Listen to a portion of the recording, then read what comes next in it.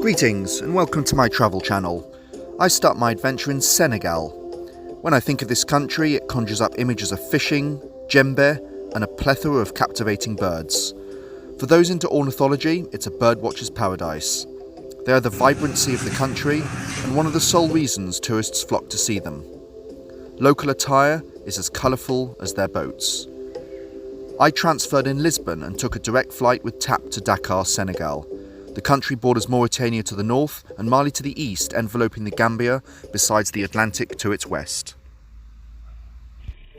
Later in the video, we'll take a brief tour of the Gambia, traipsing through some captivating bird reserves and key fishing ports of not only the Gambia, but the rest of West Africa, Tangier.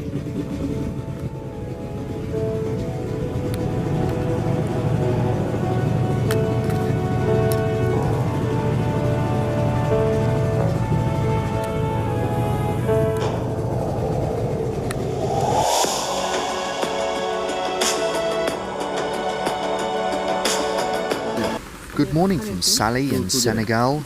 I arrived in late last night at Casa Luca. I've just been having breakfast in this gorgeous little patio garden with a swimming pool. Bougainvillea draping over the walls here. Temperature is around 25 degrees. Beautiful breeze coming off the Atlantic Ocean.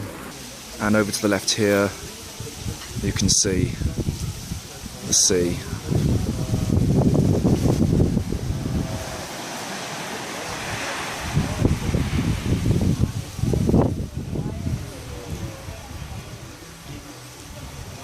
Good morning, Africa. I've now left serene Sali and headed south to the Sine-Saloum Delta. In front of me is my guide Paco, a local who became a travel companion of mine for a small part of the journey through the country. The 1,800 square kilometres of park attracts flamingos, spoonbills, cattle egrets, terns, and many more migratory birds. Over 100 bird species have been recorded here among these brackish water channels, and therefore contains a lot of saltwater vegetation. Most areas comprise of mangroves and water tributaries, like this, therefore moving around by boat is easier. Baobabs are sprinkled around the park, as well as an island completely caked in clamshells. I'm in the small village of Toubkouta in the southern region of Senegal, and this is a population of just 1,000 people. It's just sandwiched next to the Sine-Saloum Delta. There's a couple of national parks, including the famous Fathala Nature Reserve, where they integrate zebras, rhinos and giraffes. Toubkouta makes its money mainly from local produce, dairy, chickens, and most of the daily life consists and is based around the Delta River, just to the north and the west.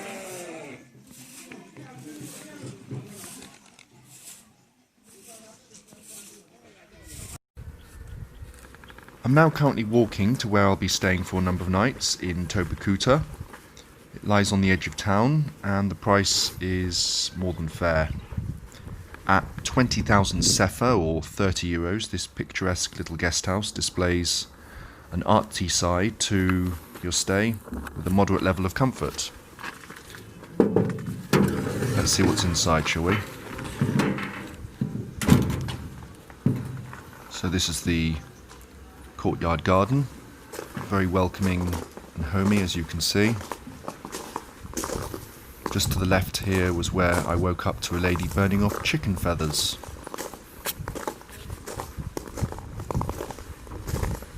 Over to the rooms. You can see a communal dining table for guests. Some nice African woodwork. And through here, just behind my guest room, on the right, banana plant.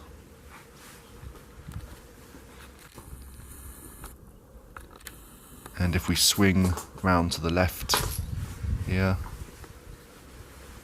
what looks to be a papaya tree. Never seen one of those up close before. So what is this? The food is for the baobab. From up there, is it? From up here? Yeah.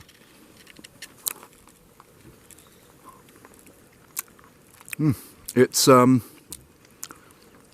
quite salty. What? It's quite salty. Yeah.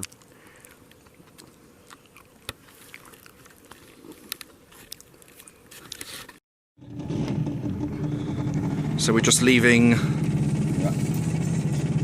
the island of Shells, which hosts quite a few large baobab trees, and you can see in the distance the pelicans. So we've just left Coquillage Island, and you can see the pelicans going home for the night. Sunset in the yonder.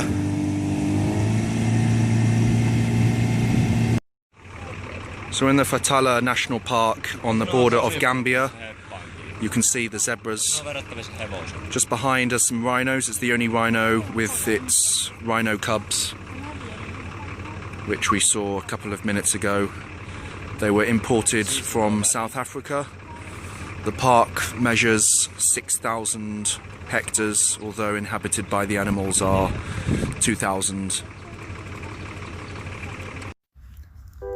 I had never seen zebras in the wild before today, and the guide furnished me with some fast and fascinating facts on these delightful beasts. For one, their coats act as giant barcodes. Software programs are able to scan them as a way of distinguishing them from others, just like a price scanner in a supermarket checkout. Thus, it can even account for changes in weight, posture, and even pregnancy. Having left the park at Fathala, I headed south over the Gambian border to Bara via the small border town of Karang in Senegal. For 25 Dalasi, equivalent to about $50, I crossed the Gambian River in an hour from Bara and got to the capital city of Banjul. After journeying west around the mouth of the river by car, I reached the thriving fishing town of Tangi and verdant bird reserve immediately to its north.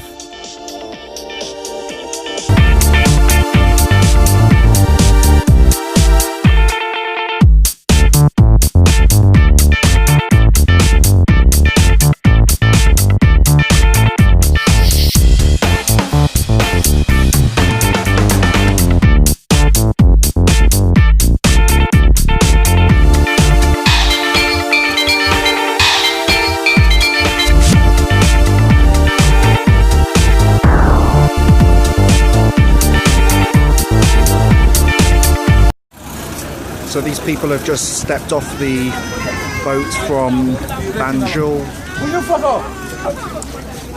arriving in from the Gambia. As you can see, their local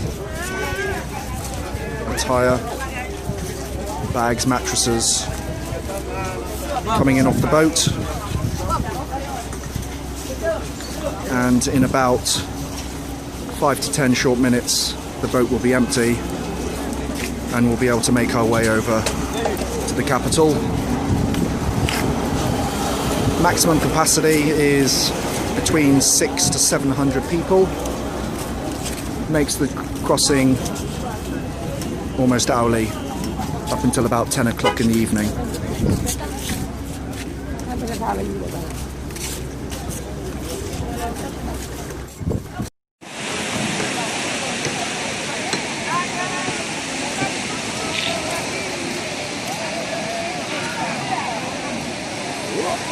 Look at this boat, it's full of people. So we've arrived into Tangi at 7:25 in the morning. People are bringing in the buckets of fish, and most of the fish here is not just for Gambia but other countries around Senegal, Freetown, and in Ghana, to to sell. Next up, Tangi Bird Reserve. This tree is a parasite tree. It cannot grow himself alone until it come and attack another tree. This tree, the palm tree was living here. This tree come and attack on it and kill the palm tree and live here. The palm tree, you can see the holes of the palm tree. It's getting down. So only him is going up after he leave long roots down to support him to stand far. So the palm tree was eliminated from him. So I've not long arrived in the most northern city of Senegal, close to Saint-Louis. I'm about 5 to 10 kilometers from the Mauritanian border, and over to the left here you can see an inlet of water which actually separates the main part of Saint-Louis and the village community in which I'm based in at the moment. If I swing over to the left here, you can see one of the streets actually connecting the coastline and the small village community, and directly to the left is the peninsula I'm actually based on at the moment. Saint-Louis is a small town of 200,000 people and was deemed a UNESCO World Heritage Site in 2000. In a minute I'm going to walk over to Saint-Louis, the centre, and we can see the bridge which connects the city centre with the peninsula I'm based on at the moment. There's a lot of colour in Senegal, from the women and their dresses to the boats they use for fishing. Just behind me here you can see the local football game going on, and I'm actually standing at the moment at the mouth of the Senegalese river, which runs all the way from here along the northern part of the country into Mali, meandering its way hundreds and hundreds of kilometres across the country from the west. Over behind me here you can see the bridge which actually connects the peninsula I'm standing on at the moment with the main part of Saint-Louis, and we're going to go and head over there now to see the centre of Saint-Louis itself. It's a particularly windy port, being situated on an over 20-kilometre long peninsula from inside Mauritania. The Adhan sounds in the background of a rusting boat hulk. In the far distance, the famous Faidherbe Bridge, built during French occupation. Please click the thumbs up button if you like this vid, and if you're interested in this channel, please hit the subscribe button for more travel videos around the world. Next up, the Czech Republic. Bye for now.